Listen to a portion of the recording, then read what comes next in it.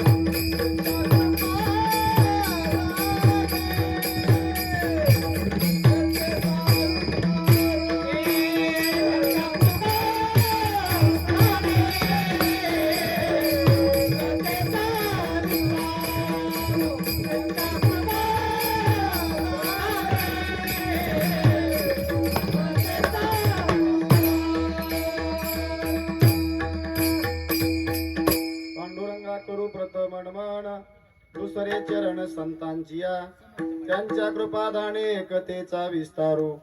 बाबाजी सद्गुरु दास तुका, जयांचे केली स्मरण, होय सकळ विद्येचे अधिकरण. हे चिवंदू श्री चरण श्री गुरूंचे, ते नमस्कारुनी आता. प्राप्त प्रसंगी प्रस्तुत सेवेकरता घेतलेला अभंग मंगळवेढ्याचे निवासी अष्टाधिक संतांपैकी संत चोखोबा महाराज यांचा असून चार चरणाचा अभंग. या अभंगामधून संत चोखोबा महाराज आपल्याला काही निर्देश सांगतात. या विश्वातलं एक सत्य शाश्वत आपल्याला त्या ठिकाणी दाखवून देतात.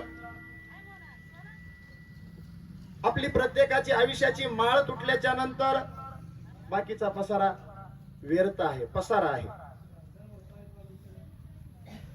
प्रस्तुत सेवेला प्रारंभ करण्यापूर्वी आजच्या सेवेचं आयोजन वक्त्याच्या नात्यानं सांगणं कर्तव्य असतं. कैलासवासी लक्ष्मण एकनाथ जाधव यांच्या प्रथम पुण्यस्मरणानिमित्त आता सर्व कुटुंबियांनी, त्यांच्या सुपुत्रांनी या नामसंकीर्तन रूपी सेवेचं आयोजन केलेलं आहे. आणि त्यांच्या एक आज्ञेवरून माझ्यासारख्या सेवकाकडं या ठिकाणी हे कार्य, हे सेवेचं पुष्प आलेलं आहे. म्हणून महाराज त्या ठिकाणी सांगतात, सेवके करावे सांगितले काम, येते हो तू पण कामा नाही, येते हो तू पण कामा नाही.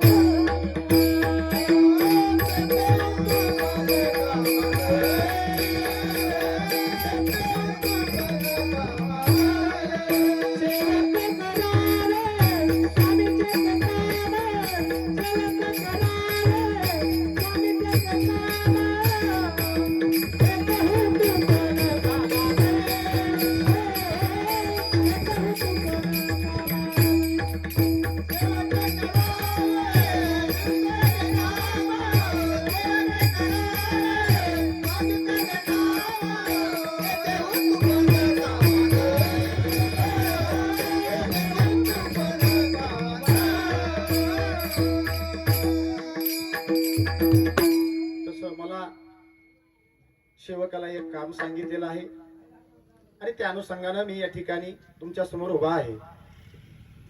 जसं माझे गुरुवर्य माझ्या बुद्धीला चालना देतील त्या पद्धतीने मी बोलण्याचा प्रयत्न करील. त्या सेवेच्या निमित्तानं आज सर्व गावकरी भजनी मंडळ, आमचे पोळ महाराज, विभीषण महाराज मुंडे, आमचे राजन महाराज मुंडे चारदरी, पोळ महाराज गोटेगावहून आले, सारणीहून बाप्पा आले,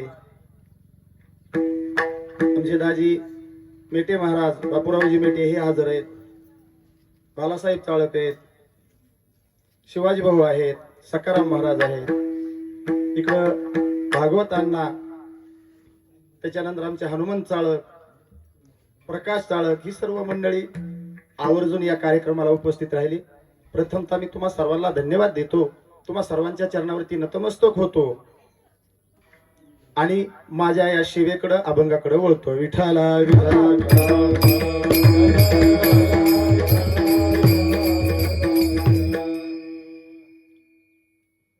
हा जीव जन्माला येण्या अगोदर आपण भरोस भगवंताकडे त्या ठिकाणी प्रार्थना केलेली आहे. ज्यावेळेस या जीवाला दुःख सहन होत नाही त्यावेळेस हा जीव भगवंताकडे याचना करीत होता. त्या दुःखातून मुक्त होण्याकरता एक वेळा करी या दुःखाने एक वेळा करी या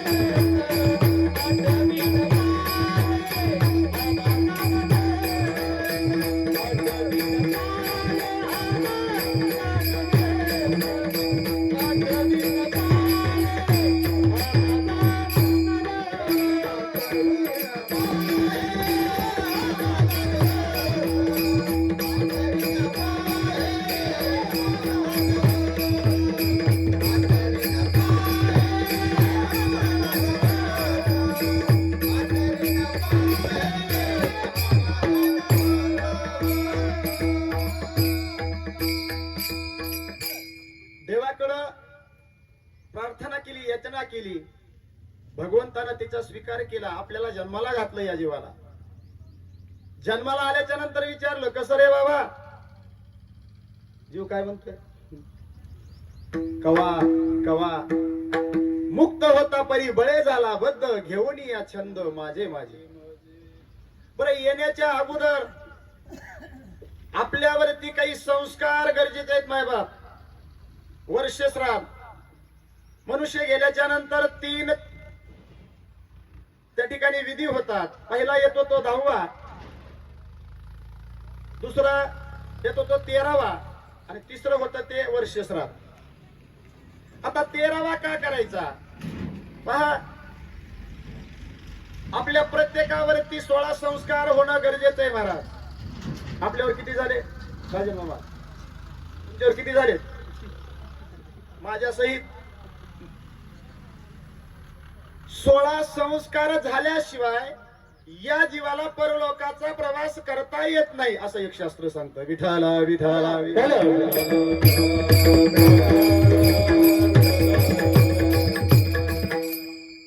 ते संस्कार कोणते?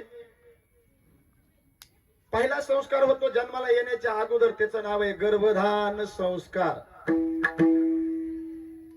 बघा, माऊलीने हरिपाठामध्ये सांगितले या संस्काराचा बोध.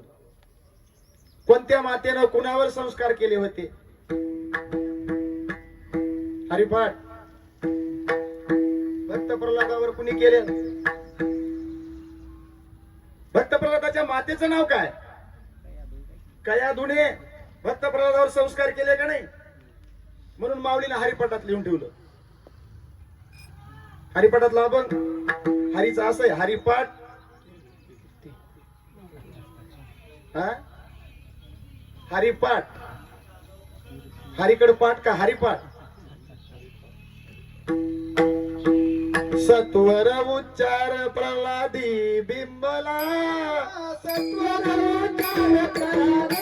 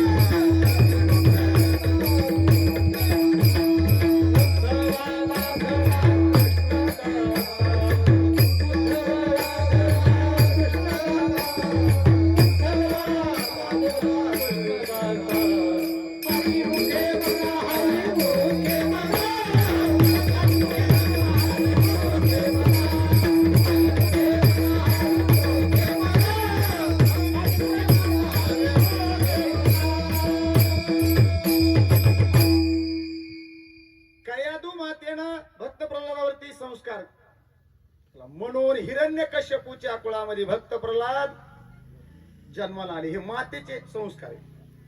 हे संस्कार घडला पाहिजे. गर्भदान संस्कार, त्याच्यानंतर 7 महिन्याच्या नंतर एक संस्कार केला जातो, त्याला अनुलोभन नावाचा संस्कार म्हणतात. त्याला आपल्याकडे काय म्हणतात, 7व्या महिन्यातलं डोळे जेवण, त्याला शास्त्रामध्ये सीम उल्लंघन संस्कार म्हणतात. हा एक होतो.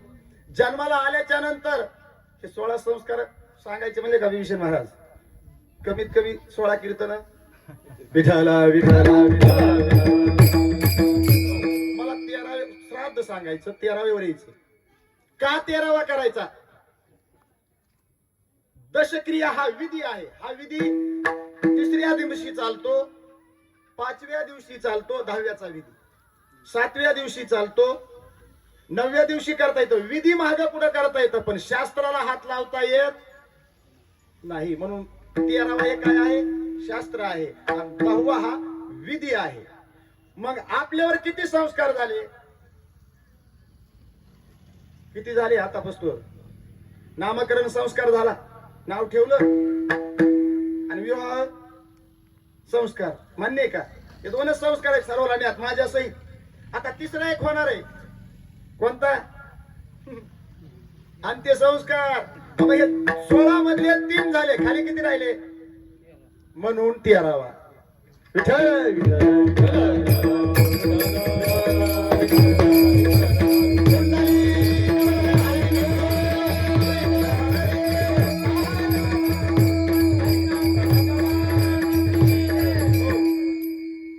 म्हणून 13वा. ज्ञात पाहिजे, माहिती पाहिजे. कर्मकांड याचा आपण नाही जरी अंगीकार केला तरी आपल्याला घेऊन पडल्याशिवाय राहत नाही, कारण आपण मनुष्याचा जन्म आपल्याला मिळाला, याच्याकडे बघावंच लागतं. हे 13वा हा 13व्या दिवशी कशामुळं, तर ज्या दिवशी मृत्यू होतो त्या दिवसापासून बघा, त्या हस्ती बरोबर काय ठेवतात, दुसरं काय असतं? हस्तीच्या गाडीमध्ये काय ठेवतात दुसरं?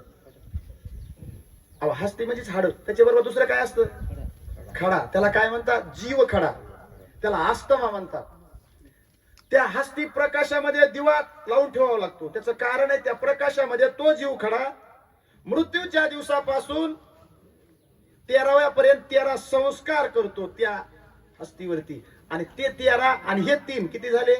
16 संस्कार झाल्याच्या नंतर या जीवाचा प्रवास हे लोकाहून परलोकाला सुरू होतो. महाराज जात असताना हे 13 बघा, 13 आणि 26 दिवसामध्ये या जीवाला यमाचे दूत वैतरणी नदीच्या काठावरती घेऊन जातात. 26 आणि 13 किती झाले? 39. मान्य? 39 दिवसाचा प्रवास वैतरणी नदीपर्यंत या जीवाचा पूर्ण होतो. वैतरणी नदी पार करण्याकरता 61 दिवस लागतात. 39 आणि 61 किती झाले? 100. 100 दिवसामध्ये हा जीव यम दरबारामध्ये जाऊन पोहोचतो. यमाचे दूत घेऊन जातात, यमराजा समोर हजर करतात. किती दिवसात? 100 दिवसात. बरोबर. आणि 100 दिवसापासून पुढं 265 दिवस या जीवाची केस यम दरबारामध्ये चित्रगुप्ताच्या साह्यानं चालवली जाते. ती केस आजच्या दिवशी वर्ष श्राद्धा दिवशी त्या केसचा फैसला इथं निकाल लागतो. म्हणून वर्ष श्राद्ध. आज मात्र त्यांचा लेखा जोखा, त्याला काय म्हणतात देवबापाईत मध्ये सपिंडी विधान म्हणतात त्याला. आज सपिंडी ज्या वेळेस होती त्याच वेळेस या जीवाला यांना त्यांच्या पितृलोकामध्ये जागा मिळती. म्हणून त्याचं नाव आहे वर्ष श्राद्ध. विठ्ठला.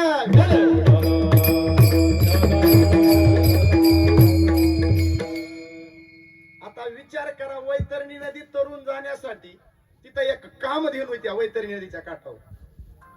ती कामधेनू पहिली तीराला नेती महाराज. पण कुणाला नेती माहिती का? जन इथं गाईचं दान केलं आपल्या हातानं, दुसऱ्याच्या हातानं कोणा गाय दान. शास्त्र सांगायला मी काय मंच सांगत नाही, वाचून सांगतो. याला पुरावा आहे. 18 पुराणामध्ये याचा पुरावा आहे. त्याला ती कामधेनू उपयोगाला पडतील. ज्यानं कामधेनूचं गाईचं दान ज्याच्या हातानं घडलं नाही त्याला मग त्या वैतरणी नदीत म्हणतात याच्यात उडी टाका. ही वैतरणी नदी कशाने भरलेली? पूर्ण पुवानं, रक्तानं, मासानं. आणि त्याच्यातून प्रवास करावा लागतोय. तिचं अंतर एक थोडं नाही, 300 कोटी म्हणजे त्या ठिकाणी 400 कोस अंतर आहे. कशाच? वैतरणी नदीचं. लक्षात यायला ना तुमच्या? असा प्रवास या जीवाचा होतो महाराज. मग इथं जर केलं देशी घेशी तेव्हा आयसा असशी जमल का नाही? असं ज्याचा वशिला त्याचा पुत्र, ज्याचा नाही वशिला त्याचा बाप हशीला जातो का नाही? वशिलेचं असं आहे महाराज. आता देवापाशी आपला वशिला नसला तिथं वशिला लागणार आहे काय? माणसं म्हणा बघू पुन्हा जमत नाही. म्हणून असा प्रवास झाल्याच्या नंतर आणि वर्ष श्राद्धाच्या दिवशी मग तिथं विचारलं जातं कुणाला? यांना सांगा तुमच्या पुत्रांनी, तुमच्या कुटुंबानी, तुमच्या वंशजांनी तुमच्यासाठी काही पुण्यकर्म केलेला असेल तरच तिथं पारडे टाकले जाते. नाही तर मग महाराज निघा म्हणते पुढं. म्हणून हे वर्ष श्राद्ध प्रथम पुण्य स्मरण त्या निमित्तानं. आणि करावं का नाही करावं? पूर्वज आशीर्वाद देती. कुणाचे देती? त्यांना तिकडं पोहाच्या समुद्रामध्ये भटकंती करायला सोडल्यावरती आशीर्वाद देतात का? त्यांची प्राप्ती झाल्याच्या नंतर आशीर्वाद देतात. म्हणून यांनी केलेलं हे आयोजन. आणि आता हे विकास सांगायला तुम्हाला समयाशी प्रसंग उचित. या प्रसंगाला उचित याच कीर्तनामध्ये याच कार्यक्रमामध्ये याचं विश्लेषण पाहिजे. आता इथं आपण घेतला तर जमलं असतं का? रामकृष्ण नामी हे दोन्ही साजरी कुणाला गेलेल्या जीवाला जमल का महाराज? समयाला. बरोबर आहे का नाही? म्हणून हे वर्ष श्राद्धाचं कीर्तन आहे. याच्यामध्ये या जीवाचाच प्रवास सांगावा लागतोय. पण चोखोबा महाराजांनी आपल्याला या अभंगातून सांगितलं बाबा प्रत्येकाची माळ एक ठिकली. आपल्याला माळ मिळालेली कशाची? आयुष्याची. देवाधिकापासून आहे. त्याचं नाव आहे मृत्यूलोक. या मृत्यूलोकावर कुणालाही थांबता येत नाही. 7 चिरंजीव सोडता. विठ्ठल विठ्ठल विठ्ठल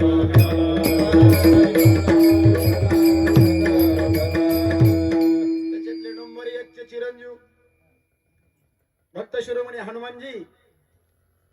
7 सांगायला आपल्याला वेळ नाही. हे 7 चिरंजीव सोडता प्रत्येकाच्या आयुष्याची माळ तुटलेली. कुणाकुणाची तुटलेली? आपली तुटल याच्यात काय नवर आहे? देवाधिकांना जावं लागलं का नाही? गुरु आला वा.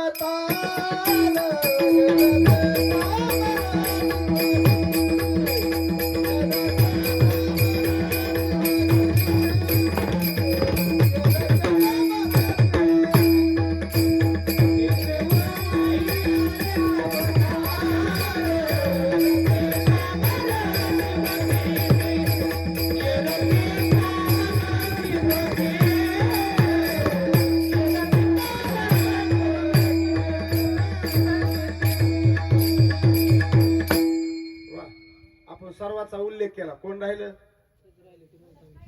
बरोबर आहे का नाही? आमचे मैंदळून आले महाराज. काय नाव?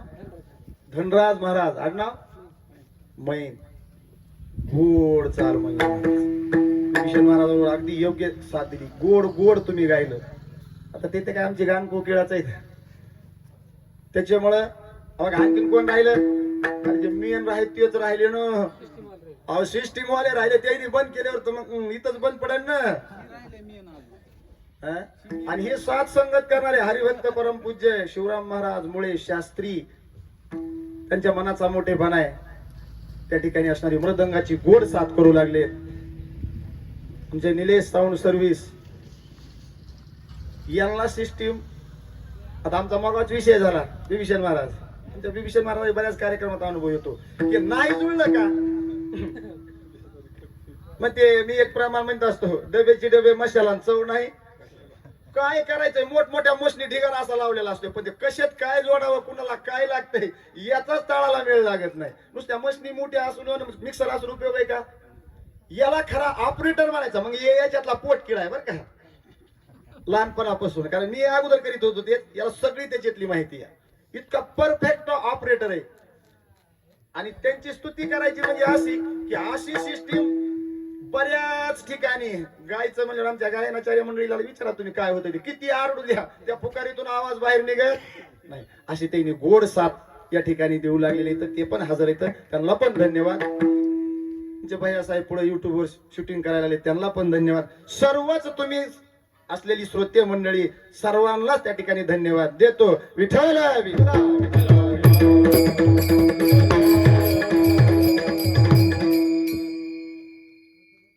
येते नाही आले उर्वाव तारीख, येरते पामर जीव किती.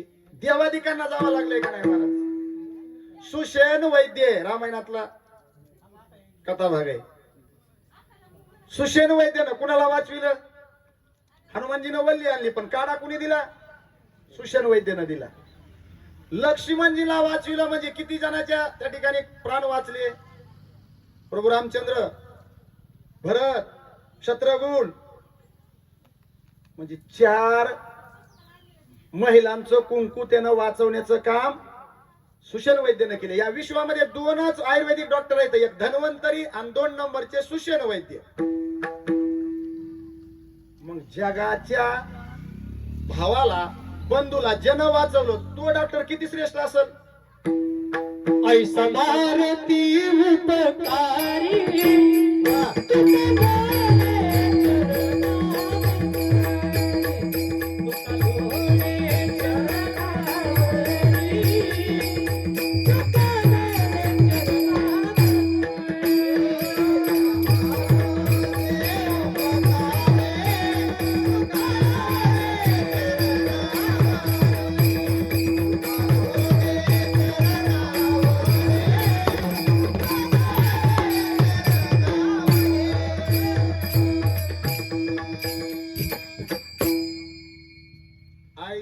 मारुती उपकारी तुका लोळे.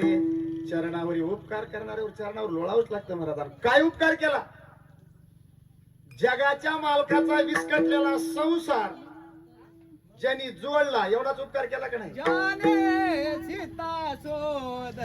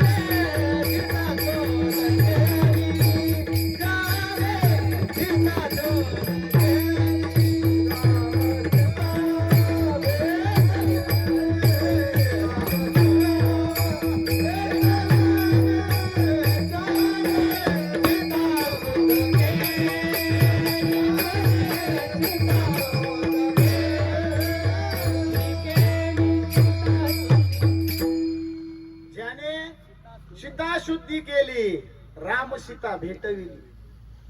हे हनुमानजीनं काम केलं महाराज. हनुमानजीचे उपकार सांगितले. देव म्हणले होते, हनुमंता तुझे किती उपकार आहेत, मी उत्तराई होऊ शकत नाही. म्हणून भक्त शिरोमणी हनुमानजी.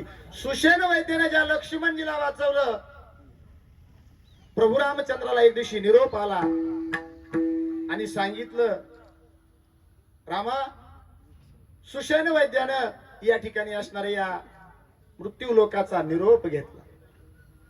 जगाच्या मालकाच्या डोळ्यातून घळघळ अश्रूच्या धारा वाहू लागल्या महाराज. 33 कोटी देवता सुषेण वैद्याच्या त्या अंत्यविधीला किंवा सावण्याच्या विधीला हजर झाले. प्रभू रामचंद्रही जातात आणि त्या रक्षेमध्ये डोळ्यातून पाणी गाळतात. सर्व देवतांना बघा, हस्तीचं एक विशेष आहे. असं शास्त्र सांगतं, ज्या पानाडेनं जे जनव्रत धारण केलेलं आहे, हस्ती काढण्याचा अधिकार त्याला असतो. इतरांना हस्तीला स्पर्श करू नाही, त्या हस्ती पवित्र झालेल्या असतात असं सांगतो. फक्त पानाडेनं ती हस्ती, बाकीच्यांना फक्त स्पर्श करायचा आणि पाठीमागे सरकायचं. हे 33 कोटी देवांना माहित होतं. म्हणून बाकीच्यांनी स्पर्श केला, दर्शन घेतलं सुषेण वैद्याच्या हस्तीचं आणि पाठीमागे सरक. पण प्रभू रामचंद्र त्या ठिकाणी लोळण घेऊ लागले. बाकीच्यांनी सांगितलं, प्रभू सर्व गेले ना, उठा. ते म्हणले, माझा प्राण आज या ठिकाणी दुरावला गेलाय.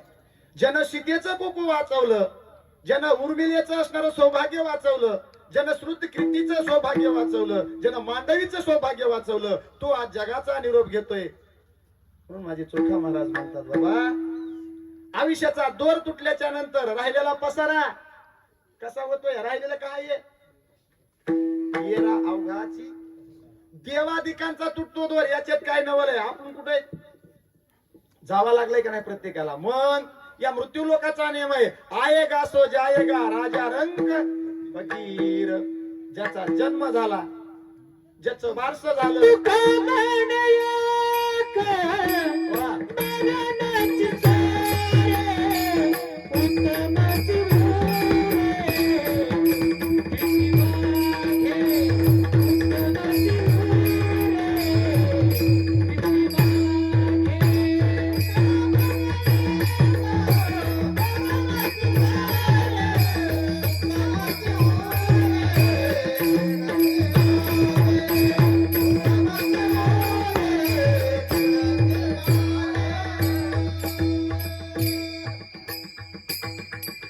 महाराजांनी गोड प्रमाण दिलं. तुका म्हणे एक मरणाची सरे आणि उत्तमाची उरे कीर्ती मागे.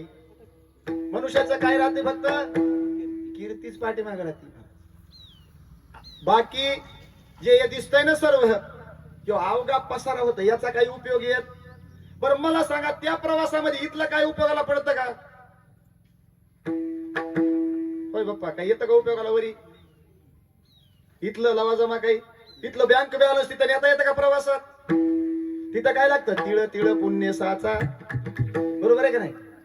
पुण्य सामुग्रीची शिदुरी त्या प्रवासात उपयोगाला पडती. म्हणून आपली आपण संसार बंधन आणि आपली आपण सोडवणूक करायला पाहिजे. बरं का? ते पाठीमागे एक होऊन गेलं, त्याला शिकविला आपल्याला. हा, आपली आपण सोडवणूक करावं लागते का? ते म्हणलं, त्याचं नाव काय होतं? नाव बी असं खास होत, कोरोना. कोणताच रोग नव्हता, नाही, त्याचा लॉंग फॉर्म होते कोरोना. कोणताच रोग नव्हता. आणि त्यानं असं शिकविलं, अरे झोपी जाऊ नको बाबा. ते काय म्हणला? कोरोना नाही रे, नाही रे.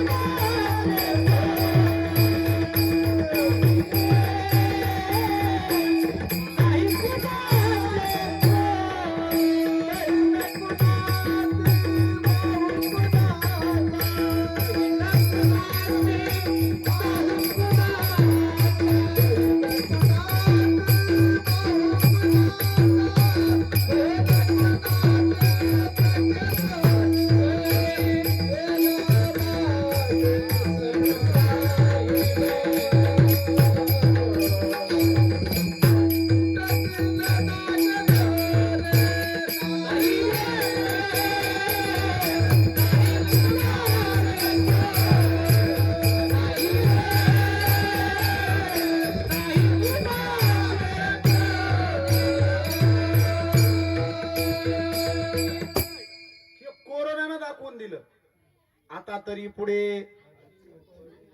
आता तरी पुढे आता तरी पुढे आता तरी पुढे अति मोठं देश. आता तरी पुढे आता तरी पुढे आता तरी पुढे अति गोड प्रमाण दिलं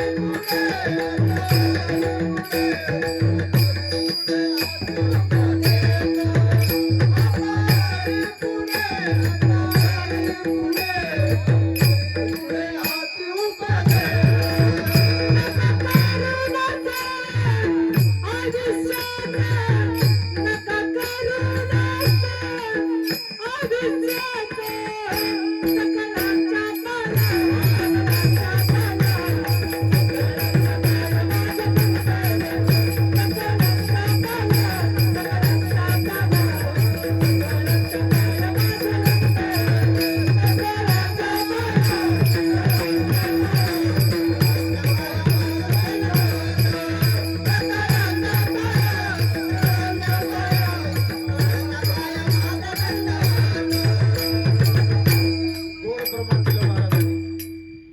त्यातली त्यात महाराजाच्या अंगात आलं हे तर महाराज चौकोपरीची राहायची तर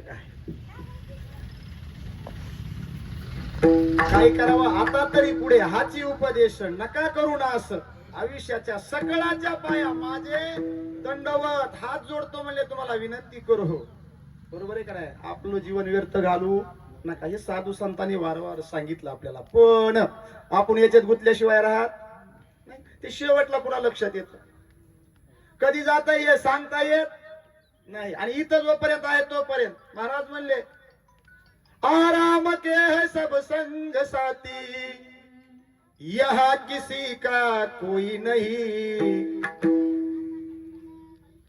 मतलब के है दुनिया में सब बरोबर है का नहीं. अरे टिकट मिला है जाने का डेरा किए स्मशानों में वहां जलाने वाले लाखों थे मगर जलने वाला कोई नाही. कुणाला जळावं लागतंय अग्निसव महाराज म्हणले देह ग्रहाची कामिणी ही तवा राहील से दुरी मी तव जळत असे स्मशानी अग्नी सवे एकला. कुणाला जावं लागतंय एकट्याला जावं लागतंय महाराज. म्हणून साधू संतांनी उपदेश केला पण या जीवाचं काय होतं या मनुष्य जीवाचा ज्या वेळेस आयुष्याची माळ तुटली का चोखोबा महाराज म्हणतात तुटला आयुष्याचा देर.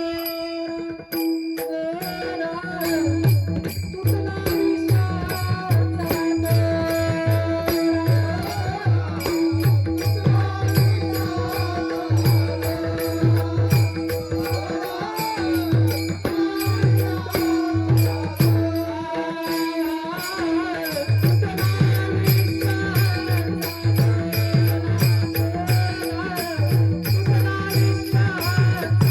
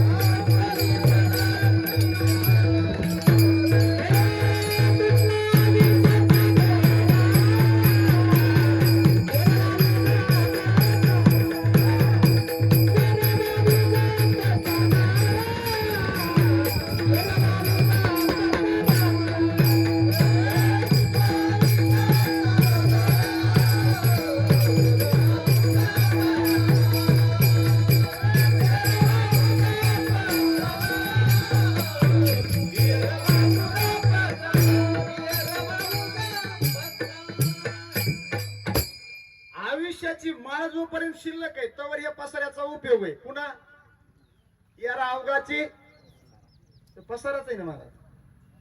बाकीचे काय करतात, टाकून पळती रांडा पोरे. मला एक सांगा, स्मशानभूमीवर कितीही आपल्या अंतकरणातला मनुष्य जाऊ द्या, रात्रभर कोणी मुक्काम केला का? त्या स्मशानभूमीवर कोणी थांबलं का? नाही नाही मला आता घरी जायचंच नाही असं कोणी म्हणलं का? आणि तिथलं एक खास आहे महाराज, त्याला स्मशान वैराग्य म्हणतात. त्या भूमीवर जोपर्यंत प्रत्येक माणूस आपल्या जीवनाचं चित्र समोर आणतो, म्हणतो काय खरंय माणसाच्या जीवनाचं, क्षणाचा भरोसा नाही. बरोबर आहे का? पण कुठपर्यंत? मुख अग्नी देईपर्यंत. एकदा मुख अग्नी दिला आणि परत वाटायला लागला की गुतलाच इकडे. मग आज काय करायचंय? स्मशान वैराग्य. वैराग्याचे 3 प्रकार आहेत. एक करपट वैराग्य, आणखीन एक वैराग्य. एवढं सांगा आपल्याकडे वेळ नाही, पण हे स्मशान वैराग्य कायमचं राहत नाही. म्हणून माझे चोखोबा महाराज म्हणले, अरे कुणाचा तुम्ही आधार धरता? मुलं बाळ घर दार हे काय करतात? तुमच्या आयुष्याचा दोर तुटल्याच्या नंतर आणि चांगल्या चांगल्याचा तुटतो. या घमंडीत मनुष्य जीवन राहण्याची गरज नाही. बरोबर आहे का नाही? बरं मला सांगा, सख्या देवाचा बादशाह कोण होत? देवाचा सख्खा बादशाह अभिमन्यू. हस्तिनापूर कुठे आहे आताच? आताच कोणतं ठिकाण आहे? हस्तिनापूर म्हणजे दिल्ली, आणि द्वारका गुजरात. हस्तिनापूरहून भगवान श्रीकृष्ण सुभद्रेला द्वारकेला घेऊन जाऊ लागले, रथात बसवलं. आणि सुभद्रा माता म्हणल्या, दादा असा वेळ जात नाही, प्रवास होत नाही, मग काही सांगा ना. देव म्हणले, मला गोष्टी सांगता येतात, मला नुसत्या लढाईच्या आणि युद्धाच्याच गोष्टी येतात, दुसऱ्या गोष्टी येत काही का होईना. दादा सांगा ना म्हणल्या सुभद्रा. आणि बहीण पाठीमागे बसवली, भगवान श्रीकृष्णाला रथ हाकतात आणि सांगू लागले. काय? युद्ध नीती सांगू लागले. रणांगणात युद्ध कसं करायचं, चक्रव्यूचं भेदन कसं करायचं. भगवान श्रीकृष्ण सांगतात, सुभद्रा माता हुंकारा देतात. हो हो हो म्हणत म्हणत म्हणत सुभद्रा मातेला झोप लागली. तोपर्यंत भगवान श्रीकृष्णानं चक्रव्यूचं भेदन कसं करायचं, चक्रव्यूमध्ये शिरायचं कसं, एवढं सुभद्रेला सांगितलं. म्हणजे माता झोपी गेली की गर्भाला काय ऐकता येत. आता हे कुणाचा दोष आहे? मग देवानं पाठीमागे वळून पाहिलं, सुभद्रा झोपल्या, उपयोग झाला नाही. त्याचा परिणाम असा झाला, शास्त्र सांगतंय, अभिमन्यूला कुरुक्षेत्रावरती युद्धामध्ये चक्रव्यूचं भेदन मध्ये शिरता आलं महाराज, बाहेर निघता आलं. त्याचं कारण हा राहिलेला. मला सांगायचा मुद्दा आहे, देवाच्या किती जवळचा आहे. अर्जुनाने विनंती केली, देवा अभिमन्यू काय करू, सोडविता येत नाही. त्याला हे बादशेचं जाऊ द्या, स्वतःच्या वडिलाला सोडवित आले का देवाला? विठ्ठल विठ्ठल विठ्ठल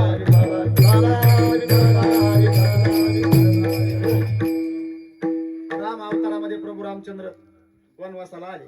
पाठीमागे राजा दशरथाचं मृत्यू झाला ना, सोडीत आलं का? वाचवता आलं का? नाही महाराज. भगवान श्रीकृष्णानं सांदीपानी ऋषीकडे 12 वर्षे विद्या ग्रहण केली. बघा कुणामुळे कुणाला मोठेपणा येत असतो. 12 वर्षाची एक क्षत्र त्या ठिकाणी ते पूर्ण झालं पर्व. देव म्हणले, गुरुवर्या आता तुमचा मी निरोप घेतोय, मग गुरुदक्षिणा काहीतरी द्यावा लागते. कुठला विधी जर करून घेतला तर त्या विधीचं काहीतरी त्या ठिकाणी उत्तराई व्हावं लागतं. मग तसं म्हणले, तुम्ही मला विद्या दिली. सांदीपानी ऋषी म्हणले, मला गुरुदक्षिणा किती मोठी मिळाली सांग का म्हणले. कोणची गुरुदक्षिणा होती? जगाचा मालक ज्या ऋषीकडे विद्या ग्रहण करतो त्या ऋषीचा अधिकार काय झाला? कुणाच्या सानिध्यामध्ये, कुणाच्या संगतीमध्ये, कुणाच्या सहवासामध्ये कुणाला त्या ठिकाणी काय स्थान मिळत असत. सांदीपानी ऋषीनं सांगितलं, कृष्णा मला गुरुदक्षिणा नकोय. पुढे गेले, गुरुमाता थांबलेल्या आहे तुळशी वृंदावनाच्या ठिकाणी. बळीराम दादा, चला दादा म्हणले, निघाले. कृष्ण म्हणले, नाही, मातेचा निरोप घेऊ द्या. गुरुमातेकडे गेले. भगवान श्रीकृष्णाने सांगितलं, माता 12 वर्षामध्ये काही कमी जास्त आमच्याकडून झाला असेल माफ करा. पण आज आम्ही काय करतो, निरोप घेऊ लागलो तुमचा. त्यावेळेस गुरुमातेच्या डोळ्यामध्ये पाणी आलं आणि सांगितलं, कृष्णा मी तुझ्याकडे पाहून 12 वर्षेचा काळ माझा कसा निघून गेला कळालं, पण आज तुझा आणि माझा वियोग होतोय. मला माझ्या पुत्राचं स्मरण झाल्याशिवाय राहणार नाही. अहो, देवाला काय कळू येत नाही का?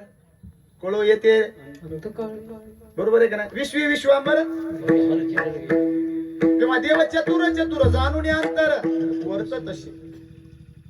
आणि मग लक्षात आलं, म्हणले काय कृष्णा, गुरुदक्षिणेच्या बदल्यात तुला द्यायचीच का दक्षिणा? म्हणल्या, माझा तेवढा समुद्र स्नानाला गेलेला पुत्र मला परत आणून दे. मला सांगायचंय काय? आणि तो पुत्र गुरुदक्षिणेमध्ये भगवान श्रीकृष्णानं आपल्या गुरुमातेला प्रदान केला, आणून दिला. पण पुढे ऐका, त्याच पुत्राचं आयुष्य मर्यादा संपली, मृत्यू झाला. गुरुमातेनं पुन्हा आवाज दिला, कृष्णा आता याला जाग करणं.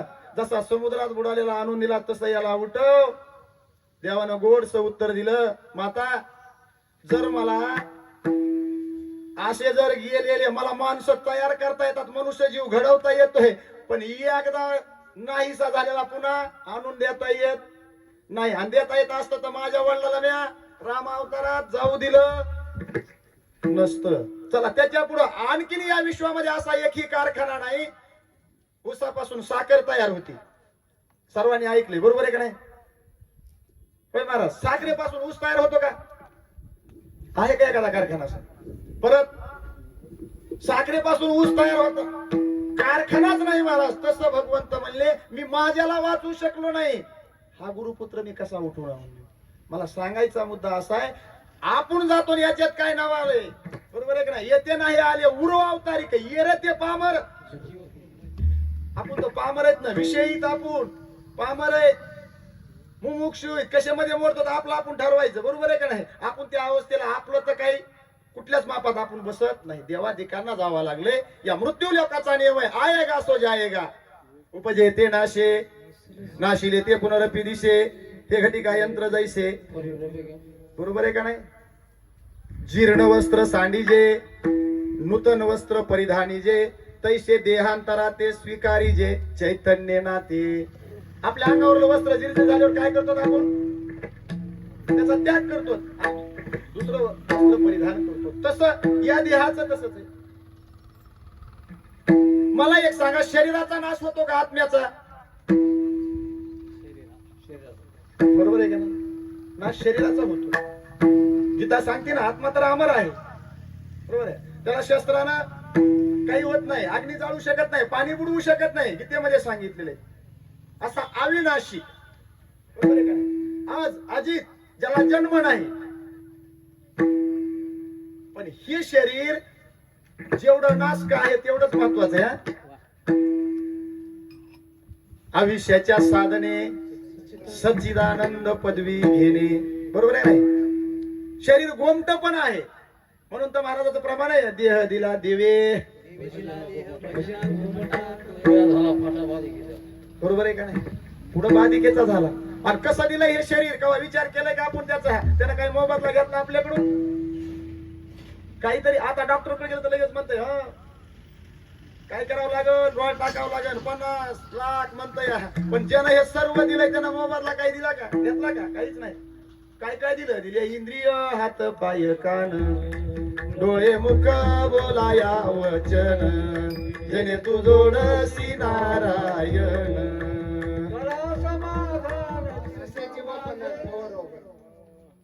नासे जीवन भवरोग, बरोबर आहे का नाही? एवढं मग एवढं आपल्याला दिलेला असताना आपण त्याची जाण ठेवली का? पुन्हा जायचंय, आयुष्य मर्यादा आहे, किती कमी आहे. आपण म्हणतो 100 वर्ष. साधू संतांनी सांगितलं, अल्प आयुष्यमान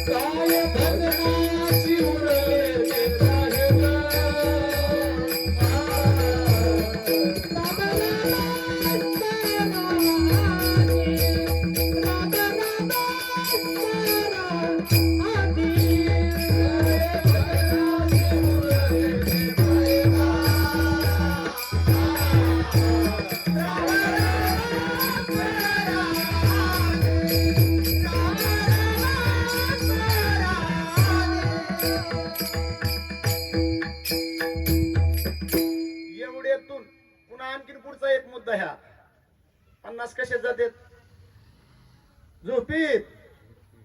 अर्धे झोपीतच घालवा ना तुम्ही. 100 दिले त्याच्यातले 50 तर झोपीत गेले. राहिलेले काय करायचंय लहानाचं मोठं सर्व काय करायचं. विरक्ती कधी कधी आपण इकडे यायची. बरोबर आहे का. म्हणून कबीरदास महाराज म्हणते जब तक जिंदगी रहेगी फुर्सत नहीं मिलेगी काम से, कुछ ऐसा ही वक्त निकालो भजन करो श्री राम के. होय काहीतरी वेळ काढला तर निघणार आहे, नाही तर या प्रपंचातून वेळ निघत नाही. आणि शेवटला असं पुण्य उपयोगाला येतं. म्हणून आयुष्याचा दोर तुटणार आहे. तुटल्याच्या नंतर बाकीचा पसारा राहणार आहे. पण बरोबर जीवाच्या काय जातं पाप कर्म आणि पुण्य कर्म त्या ठिकाणी ही शिदोरी जाती महाराज. तो पसारा आहे म्हणले व्यर्थ